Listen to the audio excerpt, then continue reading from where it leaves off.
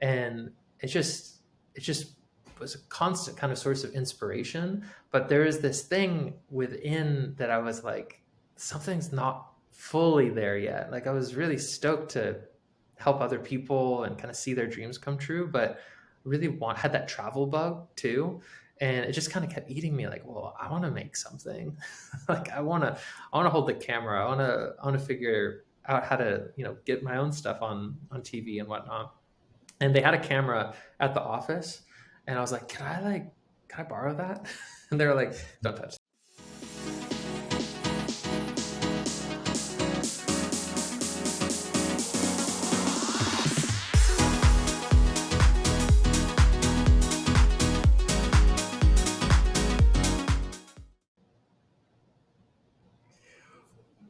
Welcome to another episode of the world's most interesting people. Today we're here with Jonathan Remple, the executive producer of content at Oura. Super excited to have you here today. Thanks so much for having me on, Kunal. I'm honored. And tell the listeners, where you're calling from and how you're doing today.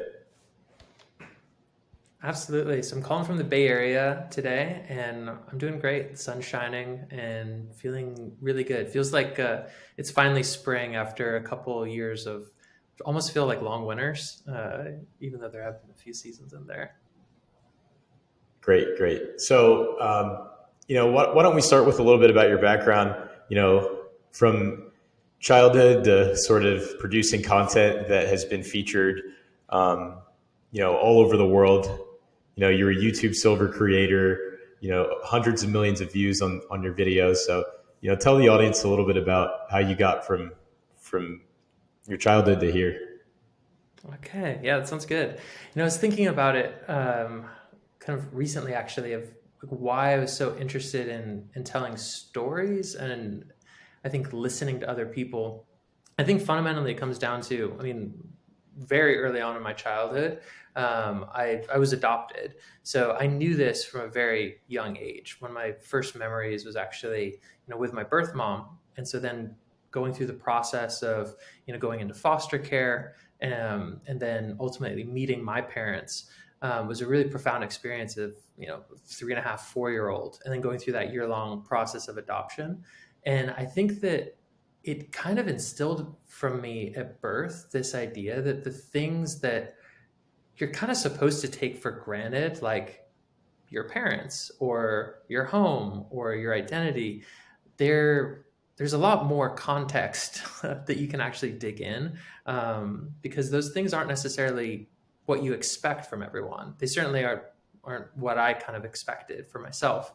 And so I think it really instilled from a really young age this curiosity of trying to figure out who the other person that I'm talking to, like where they're coming from, what stories do they have that maybe isn't on the surface that I wouldn't expect, and certainly instilled a real interest in other cultures as well, because I realized, well, if there's so much that maybe people wouldn't expect about my identity, myself, what do I not even understand about other people who live in a completely different context, live on halfway across the world.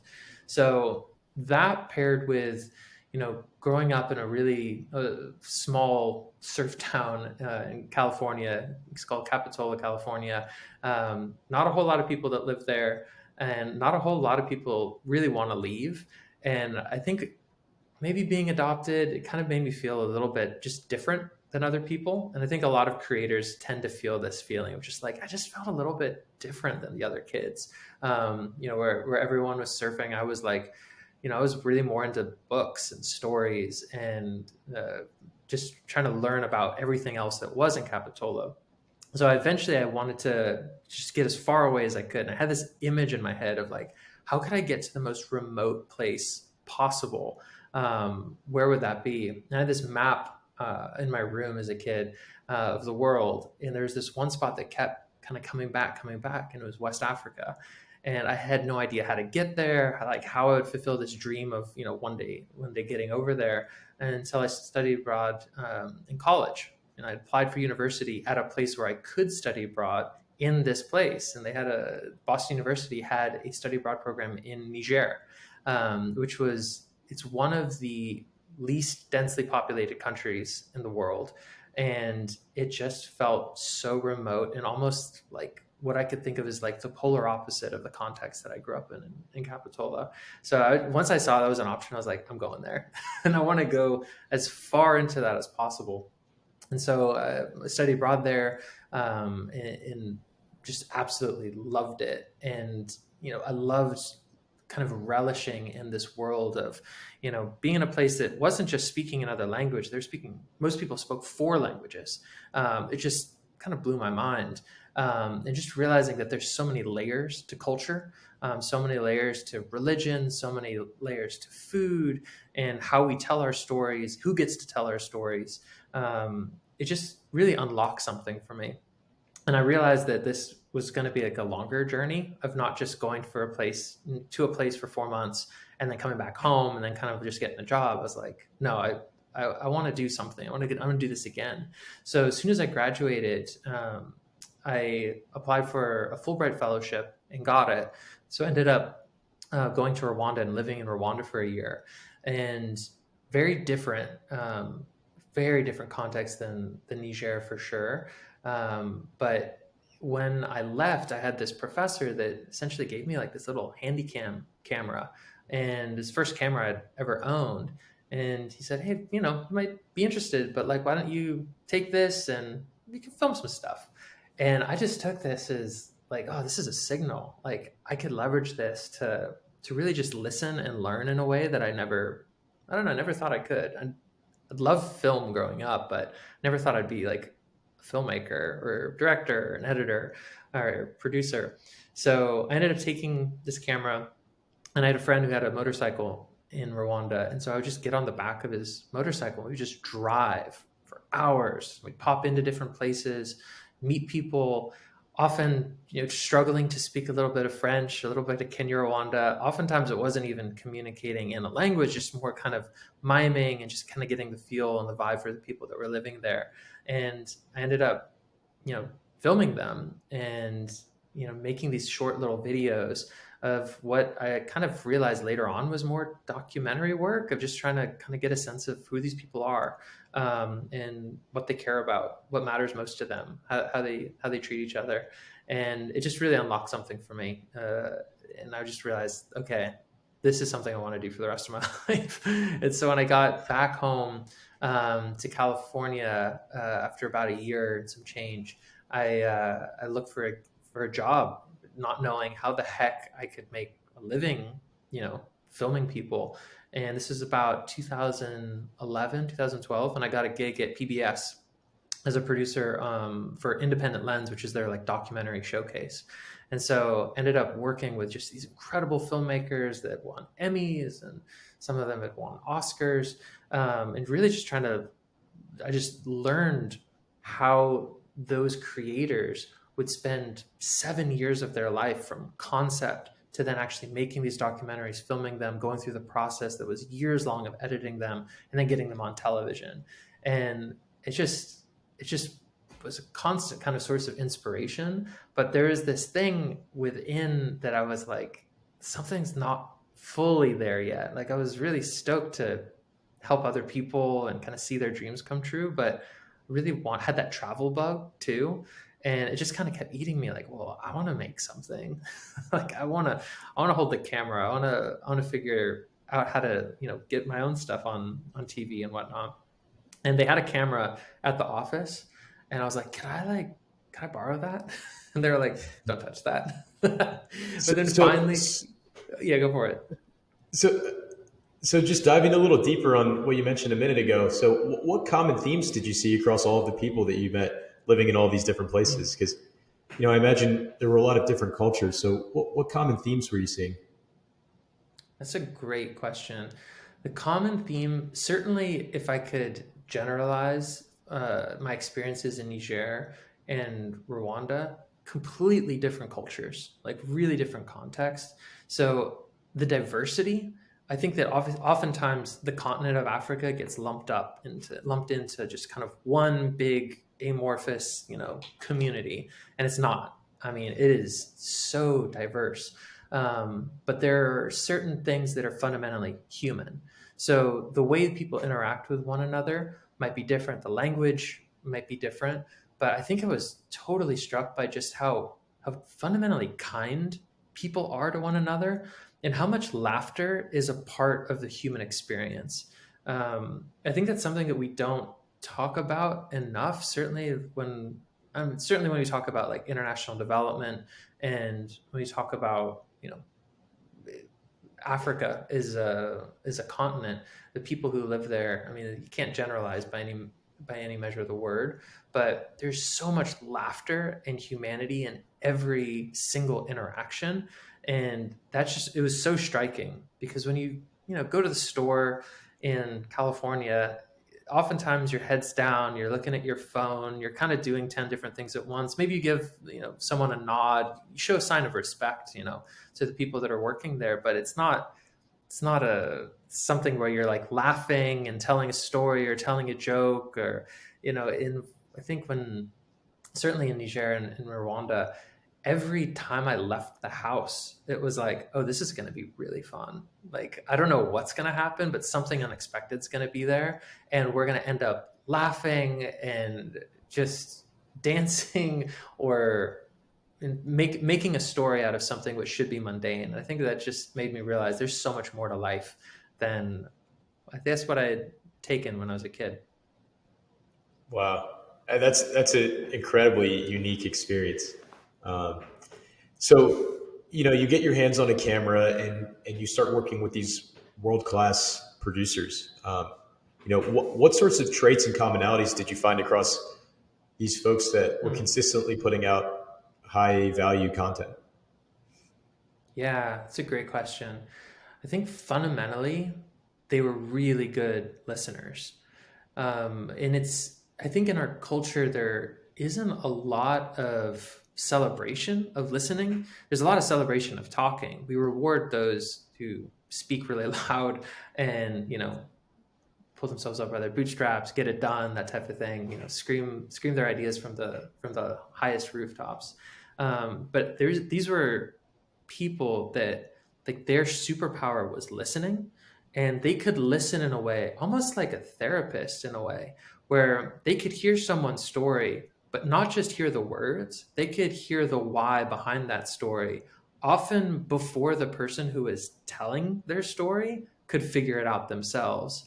And then certainly some of the directors I work with, one of the most incredible ones was Pete Nix, who has just done incredible documentary work. And he would be able to listen to someone's story and not in real time be able to film components of the scene and really focus in on the emotion so that you get the metaphor. It's almost like you get the book version of their life as they're telling it to you in real time. And I think that just triggered something in me that made me realize like you can tell the tweet version of your life or you can tell the novel version of your life. And everyone's got the novel in them. You just have to ask and you have to dig and you have to allow the space to listen so that they feel comfortable actually sharing it. Sometimes you have to tease it a little bit and do a little bit more digging, but if you listen, you'll get some gold for sure. Wow. So great listeners sounds like, a really important trait that you're seeing across these folks. That's super interesting. 100%. So why do you think they are great listeners? It's a great question. I mean, I think that there's certain things in people's lives that push them towards maybe documentary filmmaking. Um, a lot of folks have had experiences, at least in my experience, talking with documentary filmmakers. A lot of folks have had experiences where they didn't necessarily feel like they were accepted, that they felt like they were a bit of an outsider looking in. And so that they kind of harnessed that superpower as a kid anyway. Maybe they felt like an outsider in their family, they were the quiet one, the shy one, or the weird one that people were like, oh, what are you gonna do? Like you're always doing things that are so weird. A lot of like, you know, kids who grew up in multicultural homes who felt like their identity was maybe like, you know, half American and then half something else, and that those kind of juxtaposed one another so that they kind of felt like they were in this third space. And I think regardless of how folks arrive at documentary filmmaking, or I think it's kind of true for any storytelling, you know, anything you do in terms of your work where you listen and convey stories. um, I think that once that desire to explain the world around you is triggered, you kind of like, you can't turn it off. It's something where you really want to dig deeper, and it just kind of opens up door after door of questions. So you've experienced many different cultures and you've worked with so many different people from different cultures. How did the work with the UN sort of come about? Yeah, great question. So working for the UN was something that, it was a dream from a pretty young age. I just felt like they just did incredible humanitarian work, and it was kind of like a north star in some ways of, you know, purpose filled work. So I remember it was a very young age thinking that's something I really wanted to do. And I think working with, you know, the PBS documentaries, we had done partnerships with UN for some of these documentary films where the filmmakers would maybe, you know, collaborate with the UN, do film screenings. So it's kind of, it was like there, but it wasn't the work on the ground. And I'd seen some of the work on the ground in Rwanda, and I'd seen some of the work on the ground in Niger. But essentially, when I was in this kind of crux of, you know, I was working at PBS, but I wanted to do more. I wanted to like actually make stuff. I ultimately found this documentary film crew called What Took You So Long, and they were making documentaries for the UN. And I thought, okay, this is it. Like, this is the combination of making a living and living purpose-filled work that I I'm gonna jump right into. So I pinged them, and it was like, hey, do you guys need an intern? You don't need to pay me, but you know, I'm doing this thing at PBS, but I really want to like get my teeth, you know, sink my teeth into actually making more stuff. Could I hop on as an intern for the next project? And they were super open. And it was a cold email. Had no idea who these people were. They had no idea who I was. And they said, "Can you come to Papua New Guinea in 2 weeks?" And I was like, absolutely. And I think I had like 2 weeks of vacation, like banked or something like that. And it was going to be a month-long trip to Papua New Guinea. And I was just like, I got to do this. So I told work, I'm going to be out, you know, I'm doing this thing, but I got to take this opportunity. So the next thing I knew, I was on a flight to Papua New Guinea, and that was kind of the beginning of this really wild journey for 3 years of working with a documentary film crew that did most of its work for humanitarian and human rights orgs, and most specifically the United Nations. And I'll never forget this one time in Mali, and we were at this airport, um, very small airport, like dirt runway kind of thing, which is pretty wild. And you know, got on this really small UN plane, this like prop plane, to go, you know, from like a regional airport to a really rural airport. Um, and I got on the UN plane and I thought, oh wow, I'm actually doing it. Like this is the work that I really wanted to be doing as a kid. So I was really lucky that they said yes, and I think it's a really good lesson too that I think we can all take from that, which is if you're interested in something or really inspired by somebody, just reach out. I think that if there's one thing that I wish people like truly owned, it's that it's so much easier to connect with people that you want to connect with than you think is possible. Because if you're genuinely interested, if you're genuinely curious, like you can feel it. And people that are doing work that they're passionate about in any sense of the word, when they hear that someone else cares, when they hear that someone else is like so inspired by what they're doing, you can't help but say, yeah, I'll take that call. I'll give you a shot. Like, what can we do? So yeah, if there's any piece of advice, just reach out. That's amazing. That's amazing. Who is someone that you may have reached out to, or someone that you, was like a mentor to you that really shaped the way you think? Hmm, that's a really good question. In terms of mentors, I guess it kind of depends on what project, but quite honestly, the mentors that I really had were my university professors. I had two that, though they didn't necessarily carry over into like my professional life, they just really instilled this love of learning and that inquisitiveness. I think they saw in me someone who was like just so inspired by the unknown, and they just said, go for it. And I think they were I had these two professors, one that taught music history, and then the others taught African American studies and African history. And they just said, whatever you want to do, go for it. Like, you can do it. And I think that gave me a confidence that I think everyone in their 20s needs. Life shifts when you get a little bit older, and your 20s is this magical decade where you really can't take uh, you, it's hard to take too much risk, at least in your professional career. You can do really dumb stuff. Don't get me wrong. You can drive like an idiot and do like risky stuff. But in terms of actually taking risk for your career, I honestly don't think you can take big enough risks in your 20s professionally. It's the perfect time. So, after your work at the UN and PBS, what sort of comes next for you? Because, from what I've learned, you've done work with Uber, you've done work with Stanford, you've been able to meet tons of change makers and industry leaders. And so, could you talk a little bit about those experiences? Yeah, totally. So I'd been on the road living nomadically for about 3 years, and been over to 40 countries, and had just kind of dove into this life of guerrilla documentary filmmaking.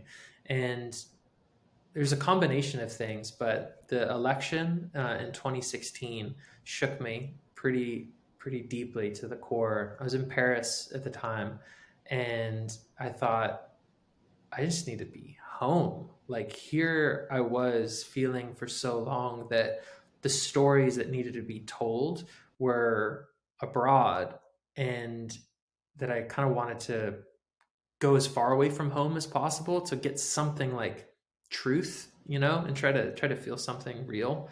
And I realized that, man, I didn't know what was going on back home.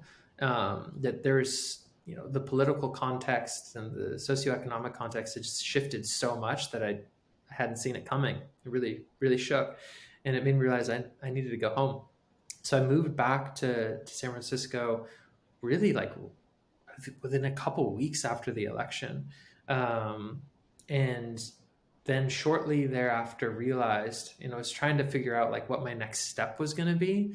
And quite honestly realized, man, it is very difficult to be a documentary filmmaker professionally living in the Bay Area. It's one of the most expensive places in the world. And so while I had these skills that I had, built up over the past few years, I was looking for ways. Well, how can I do this sustainably so that I feel like I'm contributing and not just, kind of like couch surfing in my own home. And I realized, well, there's actually, I could turn this into a profession in the States, in the Bay Area. So I started work as a freelance filmmaker, videographer, editor, and producer in the Bay Area, working for tech companies.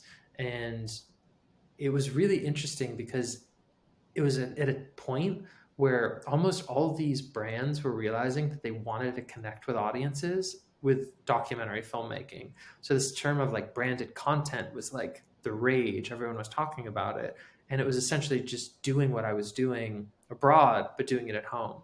So connecting to audiences, connecting to individuals who the brands wanted to talk to, listening to their stories, and and telling them. So worked at Uber for a bit, worked at Stanford, did work with Neo. It was a really cool electric car company, and was kind of doing this freelance production gig until I got a call from a producer in Egypt who asked if I wanted to be the producer for this show with the most famous Egyptian comedian Bassem Youssef.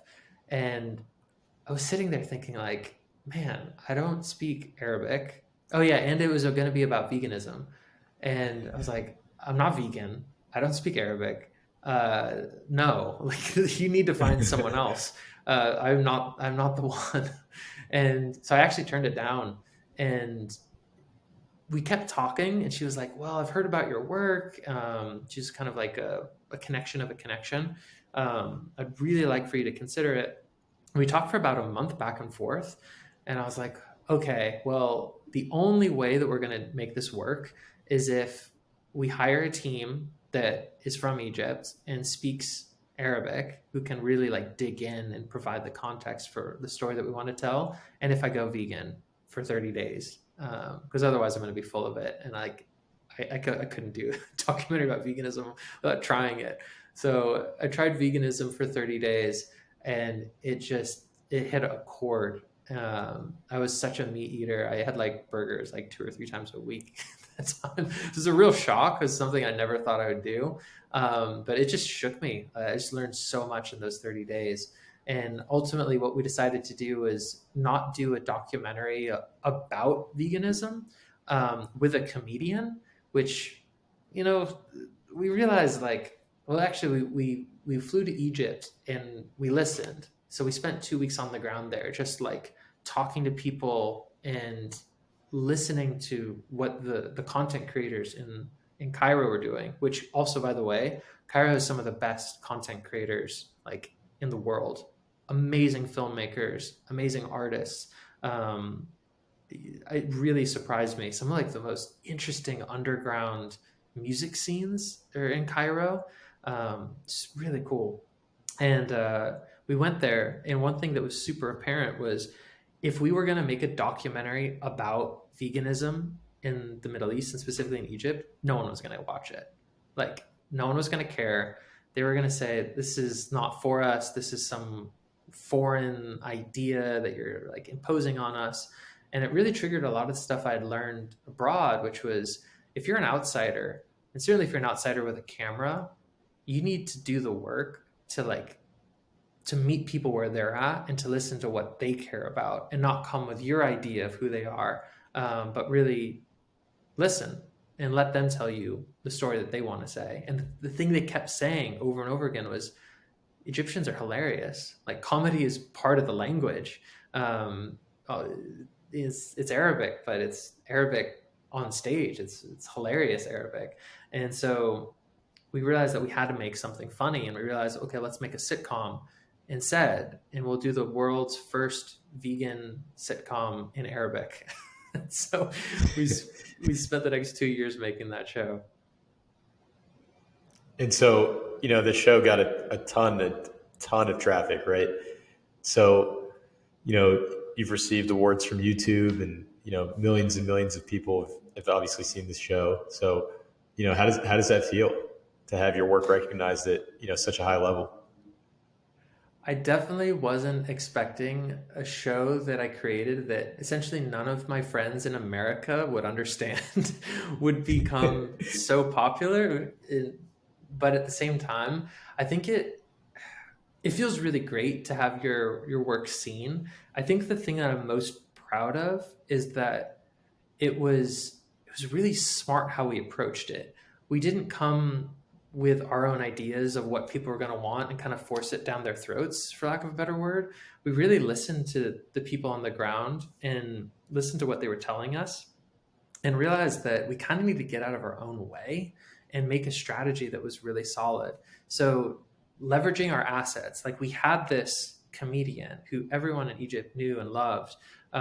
He's kind of like people say he's like the Jay Leno of Egypt, but not, maybe not quite the Jay Leno. Maybe more of like Jimmy Fallon now. where just he has this nightly show that was the most popular show in Egypt. So he had this guy who commanded, the stage, but we were talking about something that no one cared about. There wasn't even a word in Arabic for veganism, and so we realized that the only way that we were really going to make this work is if we made fun of him being vegan, and so let the audience feel like they could point fun at this guy who's so weird for being vegan, and it really worked. And I think the thing that was so cool is that one of my friends is, he's Syrian American, and he showed it to his dad, and we filmed it all in Arabic, and he showed it to his dad, and this guy is vegan, so he's showing it to his dad who's not, and his dad was cracking up, and his dad was laughing at it, and his dad actually tried going vegan afterwards just because it resonated. And whether or not you do or you don't, it's kind of neither here nor there. But the fact that we were getting folks who had never heard of the show to laugh and to connect with it, it just felt like we made something true. And I think that's a huge win. So do you think the work you did in Egypt sort of led you to working in the health space after that? Yeah, honestly, I think I hadn't really thought about health and wellness is until I started working on that show. Obviously, working with the UN, you see the negative effects of things like drought or famine, but these are such extremities that health and wellness is kind of often not even something that you're talking about in the kind of Maslow's hierarchy of needs. You're almost talking about like, well, what are the fundamentals? And so working on the show, Plant B, it made me realize, oh, we can optimize our lives to get so much out of our bodies and our lives. And one of the people that we featured on the show was Rich Roll, who obviously an incredible athlete, ultra marathon runner, just really kind individual who went vegan at 40 when he realized that he had trouble walking up the stairs, and he'd done the kind of corporate thing, and was really leading his unhealthy lifestyle, and was like, I can't do this anymore. And he went kind of all in, went plant based, and ended up, I think, being the first person to run 7 Ironmans in 7 days in Hawaii. So this guy just went all in, and he was truly inspiring of someone who could just kind of turn it on and realize that you can unlock superpowers within you when you start really taking care of yourself. So I'd done, after that show, I'd done a couple other projects, couple other pieces of work, but that really got me thinking about health and wellness. And so when it came time for me to say, like, what's like the next kind of like multi-year project that I wanted to do, I really wanted to work on something big, and work with a company, quite honestly, that was going to be able to reach again millions of people to help improve their lives. And so when the opportunity at Oura came up, it was just kind of a no-brainer. Like, oh yeah, we can make content that inspires people to live better, healthier lives. Today's an interesting day for Aura because a new CEO is named. Um, for the listeners at home, tell us about what Aura is and um, sort of what's happening over there. Yeah, it's a really exciting time for the company for sure. So Oura is essentially one of the best health tech wearables on the market. It's a ring, a very smart ring, designed in Finland, and it basically takes account of your biometrics and some of the most critical data that you have. That you when you go to the doctor, it's everything that they would want to measure, but it's measuring it 24/7 and giving you that feedback in real time. And it's amazing when you have data so present in your life, how instantly it starts to connect with behavior change. And I think that one of the most interesting things about Aura is that, when you buy this Aura ring, it alone doesn't fix your bad sleeping habits. It alone doesn't, shed the pounds. It alone doesn't bulk you up, but it gives you this biofeedback loop in real time to allow you to say, well, man, I haven't been getting deep sleep for the past week. Man, I guess maybe I should look into what I'm doing that might be causing that. Oh, I guess I've been watching, a lot of TV late at night. Maybe I'll quit that out. Oh, I guess I've been on my phone super late. Maybe I'll cut that out. Oh, I haven't been meditating. Oh, that actually starts to impact my sleep. So you start to kind of piecemeal different elements of your life and different behaviors so that you start kind of taking control of your own health. And I think that's honestly been one of the most inspiring things that we've seen is just seeing so many people.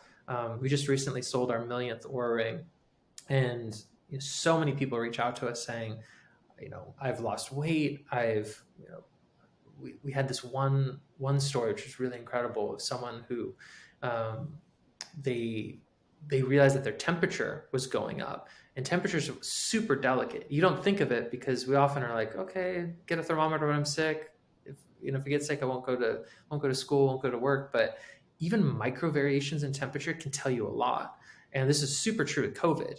So this is one individual that basically saw that over the past few days his temperature was going up and decided not to go see his dad, who's immunocompromised. Turns out he did get COVID, but uh, he didn't have a positive COVID test until after the trip with his dad would have been. So this guy, if he didn't have an Oura ring, would have flown to see his dad, not testing positive for COVID, but having it, and would have exposed his dad who was immunocompromised. And he realized like, I could have put my dad at risk. You might have died had I not had those micro variations in temperature, like being shared with me, so I could take the action. So we get stories like this all the time, and I think that's honestly one of the most inspiring things, that you just see people empowered. That's an amazing story. So I wonder, like from the work that you do at Aura, how do you think about educating people through the content that you're creating on, this data really matters and it can really make a difference and save more lives. Totally. I think that at the end of the day, there's no matter what we're doing, we really have to make content that's not just educational, but is entertaining. I think this is true kind of for anyone. And certainly if you're a content creator out there, or if you're in the health tech wellness space, you can't just tell people that, this fact. You can't just tell people what are the risks. You got to package that content in a way where people feel like it's entertainment, so that way you can kind of pull them in a way where they don't feel like they're learning. I think that a lot of us were really excited when we didn't have to go to school anymore, didn't have to go to class anymore, but we all have this insatiable desire to learn and to improve ourselves. But if you can give that with a little bit of sugar on the coat of the medicine, it goes a lot farther. Learning through entertainment. So it sounds like, the experience that you had in Egypt really, you know, is holding true through all the other content that you're making even today. Absolutely. Couldn't agree more. It's great. So, what's next for you when you think about, the next few years and, all of the work that you're doing? You've worked in so many different industries. Where do you see the next few years for you as a person in terms of personal growth and development? That's such a great question. I think one of the things that was really interesting about my trajectory was that I wasn't sure what I wanted to do for a long time. And I think it's so easy in some ways to feel like, especially when you're starting out, that everyone's just got to figure it out. I can share for a long time, I was like, what the heck am I going to do with my life? Still feel that way to a degree, but much less than before. The 20s, I think, were a huge time of questioning. But one common theme was this idea of feeling like I needed to do it all, um, and like being the one that was directing, being the one that was filming, being the one that was editing or making the content, to then moving to this role of being a producer. And being a producer is something that I really love because you basically get to build a team, and bring in the best talent for a specific project, which might be something that you do over a course of a week, might be something you do over the course of multiple years. But you cultivate the team, you get problems out of their way, and you do whatever it takes to enable them to do their best work. So, kind of no matter what the execution of, we still have a lot of amazing work to do at Aura and certainly in the health tech and wellness space. But this kind of this idea of producing, of gathering creative teams together and working with young talent to tell their stories and get their visions for bigger projects, kind of over the line. That's something that really inspires me. I think we kind of constantly need to be paving the way for young creators to just be able to get out there and tell the stories that are just, they're on their hearts, they're on the tip of their tongues. They know they have something to say, but they're not necessarily sure how to say it or how to connect it with audiences. So I'm constantly looking out for opportunities to help young creators, to get in the door, and to have their stories be heard, because that's honestly the most interesting thing that I think we can do. You've dropped so many gems here today. This has been great. As we come towards the end here, I've asked every guest this question: what's one word you would use to describe yourself? I love that question. At the end of the day, I think if there's one thing that, weird to say, but at my funeral, if there's one word that I think everyone would agree on, uh, curious. I think that looking back, through life and career, curiosity has been something that has really fueled me. And every kind of great moment in my life has been on the other side of being curious. And if there's anything that I would give advice for young creators or even like, young founders, is when we're really curious, we kind of get out of our own way and we enable ourselves to really think about who are the people that we're trying to talk to, trying to serve, trying to listen to, trying to empower, trying to, inspire them to change their behavior in some way. And when we're curious, that enables us to listen. And when we really listen deeply and authentically, people tell us the answers. And in some ways, I feel like if you're the type of person that people feel like they feel safe telling you their story, they're going to give you their trust. And if you earn that, you cultivate, you deserve it, you're going to do amazing things. Because at the end of the day, so much of like human currency is just, it's built on trust. So if you can stay curious, I think, yeah, it kickstarts a lot of really good things. Jonathan, this has been great. Where can people connect with you? Where can they follow your journey and continue to see all of the amazing work that you've been able to do over your lifetime? I really appreciate that. Well, ironically, I got off of Instagram, Facebook, Twitter, and really spending more time on LinkedIn. And especially if you're a content creator, and know it might sound strange, hit me up on LinkedIn.